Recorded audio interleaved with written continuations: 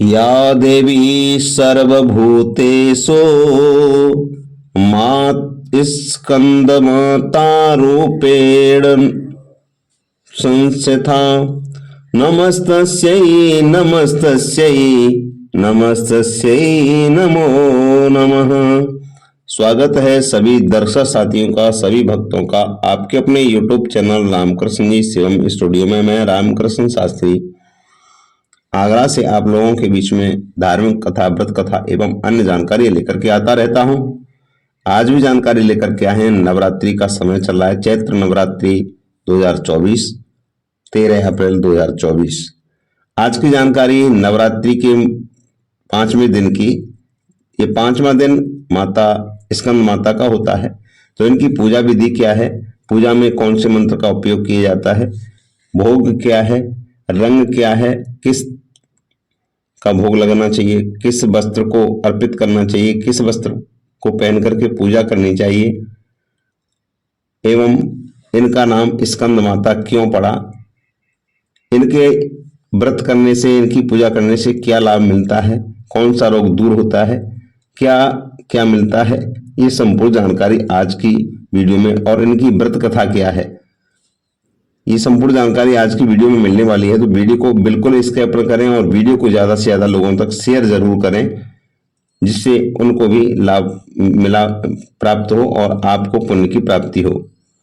चलिए ज्यादा समय नहीं लेते हुए, आशा करता हूं आप सभी स्वस्थ होंगे और माँ भगवती की कृपा आपके ऊपर हमेशा हमेशा बरसती रहेगी, और आशा करता हूं कि ये जानकारी आपको शायद अच्छी लगेगी।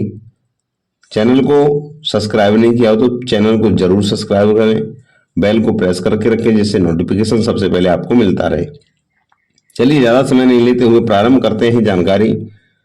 जो नवरात्रि का 5वां दिन है, स्कंद माता का दिन, ये तो स्कंद माता को समर्पित होता है, और माँ का यह रूप प्रेम और स्नेह का प्रतीक माना गया है। शिव और शक्ति के मिलन से स्कंद का जन्म हुआ, इसलिए संपूर्ण जानकारी में इस वीडियो में बताने वाला हूं।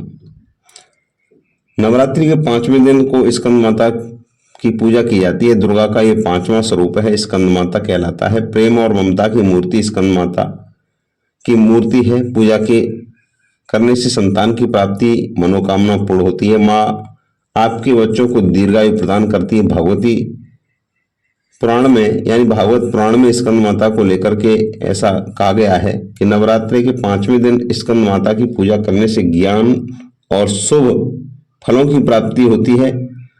माँ ज्ञान, इच्छा शक्ति और कर्म का मिश्रण जब शिव तत्व का शक्ति के साथ मिलन होता है तो स्कंद यानी कार्तिक का जन्म होता है। आइए जानकारी इसलिए कहलाई, इनका नाम स्कंद माता क्यों पड़ा। नवरात्रि की 5वीं देवी स्कंद माता, इनका नाम, ये भगवान शिव की अर्धांगिनी के रूप में मां ने स्वामी कार्तिकेय को जन्म दिया। स्वामी कार्तिकेय का दूसरा नाम स्कंद है, इसलिए मां दुर्गा के इस रूप को स्कंद माता कहा गया है, जो प्रेम और वात्सल्य की मूर्ति है। इनका स्वरूप कैसा है माता स्कंद का। स्कंद माता चार भुजाओं वाली देवी है, जो कि स्वामी कार्तिकेय को अपनी गोद में लेकर के शेर पर सब विराजमान है। माँ के दोनों हाथों में कमल शोभायमान है। इस रूप में माँ समस्त ज्ञान, विज्ञान, धर्म, कर्म और कृषि उद्योग सहित 5 आवरणों से समाहित विद्या वाहिनी दुर्गा भी कहलाती है। माँ के चेहरे पर सूर्य के समान तेज, और स्कंद माता की पूजा में धनुष बाण अर्पित करना भी शुभ माना गया है। स्कंद माता का भोग कैसे लगना चाहिए। स्कंद माता को पीले रंग की वस्तुएं सबसे प्रिय है, इसलिए उनके भोग में पीले फल, पीली मिठाई अर्पित की जाती है। और आप इस दिन केसर की खीर का भोग भी माँ के लिए बना सकते हैं। विद्या और बल के लिए माँ को 5 हरी इलायची अर्पित करें, साथ में लौंग का एक जोड़ा भी चढ़ाएं। पीले रंग का महत्व क्या है। स्कंद माता की पूजा में पीले या फिर सुनहरे रंग के वस्त्र पहनना शुभ माना जाता है। माँ का श्रृंगार पीले फूलों से करें। माँ को सुनहरे रंग के वस्त्र अर्पित करें और पीले फल चढ़ाएं। पीला रंग सुख और शांति का प्रतीक माना जाता है। इस रूप में दर्शन देकर के माँ हमारे मन को शांति प्रदान करती है। माँ के पूजा के जो मंत्र हैं, सिंहासनागता नित्यं पद्माश्रियतकरद्या स्वदास्तु सदा देवी स्कंदमाता यशस्वनी। या देवी सर्वभूतेषु मां स्कंदमाता रूपेण संस्थिता। नमस्तस्यै नमस्तस्यै नमस्तस्यै नमो नमः। पूजा विधि क्या है? माता स्कंद माता के लिए आप रोजाना की तरह सुबह जल्दी उठ करके स्नान कर लें, पूजा के स्थान को गंगा जल से शुद्ध कर लें। उसके बाद लकड़ी की चौकी पर पीला कपड़ा बिछा करके माँ की मूर्ति या तस्वीर को स्थापित करें और पीले फूल से माँ का श्रृंगार करें। फूलों तथा फल, मिठाई, लौंग, इलायची, अक्षत, धूप, दीप, केले का फल अर्पित करें। उसके बाद कपूर घी से माँ की आरती करना है अंत में, और पूजा के बाद क्षमा याचना भी करना है। दुर्गा सप्तशती, दुर्गा चालीसा इनका पाठ करेंगे। माँ आपका कल्याण करेगी और आपकी सभी इच्छाएं पूर्ण करेगी। अब मैं स्कंद माता की कथा है, जो पौराणिक कथा है, वो आपको बताने वाला हूं। इनकी जो पौराणिक कथा है, शास्त्रों के अनुसार, सनातन शास्त्रों में जो निहित है, लिखा हुआ है, वो कथा मैं आप लोगों के बीच रख रहा हूं। चिरकाल में तारकासुर, यानी बीते हुए काल में तारकासुर नामक एक राक्षस था। वह ब्रह्मा जी का परम भक्त था। एक बार तारकासुर के मन में अमर होने का विचार आया।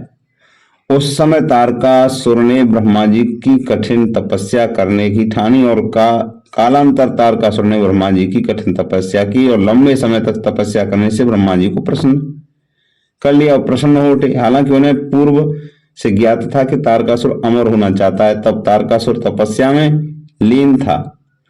उस समय ब्रह्मा जी प्रकट होकर के तारकासुर से बोले, आंखें खोलो।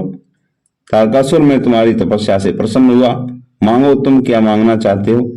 ब्रह्मा जी को अपने सम्मुख देकर के तारकासुर प्रसन्न हो गया। उसने तत्काल ही ब्रह्मा जी से प्रणाम किया और उसके बाद तारकासुर ने कहा कि ब्रह्मा जी, अमरता का वरदान दे दो। ये अमरता का वरदान मांगा उसने। यह सुनकर के ब्रह्मा जी कुछ पल के लिए मौन हो गए। तब तारकासुर ने कहा, प्रभु क्या हुआ, आप मौन क्यों हैं, आप मौन क्यों हैं? तब ब्रह्मा जी बोले, तारकासुर, तुम्हें ज्ञात है कि जन्म लेने के बाद जन्म लेने वाले की मृत्यु निश्चित है, अतः तुम्हें अमर होने का वरदान नहीं दे सकता। तुम कोई और वरदान मांग लो। उस समय तारकासुर गंभीर होकर के सोचता रहा। तभी उसके मन में विचार आया कि महादेव तो योगी हैं और सती के वियोग में अब पुनर्विवाह तो नहीं करेंगे। इसके लिए उनके पुत्र के हाथों से मृत्यु का वरदान मांग लेता हूं। यह वर भी अमर होने के समतुल्य वरदान है। उस समय तारकासुर ने और ब्रह्मा जी भगवान शिव के पुत्र हाथों मरने का वरदान मांग लिया। तारकासुर ने मांग लिया कि मैं, अगर मेरी मृत्यु हो तो भगवान शिव के पुत्र के हाथों द्वारा मृत्यु हो। आसान शब्दों में कहे तो भगवान शिव के पुत्र के अलावा कोई दूसरा वध न कर सके।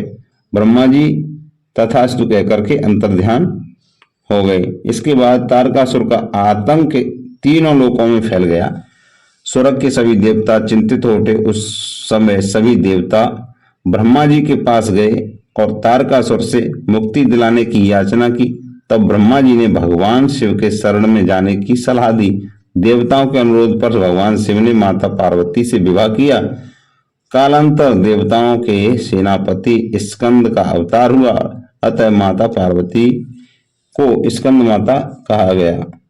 और भगवान कार्तिकेय ने, यानी पुत्र स्कंद ने, और उन्हीं का नाम स्कंद था, जिनको कार्तिकेय कहते थे। तो कार्तिकेय ने तारकासुर का भी वध किया और तभी से इनका नाम स्कंद माता पड़ा। तो आज की जानकारी यहीं तक थी। मिलते हैं कल की जानकारी, कल के व्रत के साथ, कल की माता की पूजा व्रत के साथ। तब तक के लिए जय माता दी, जय माता दी।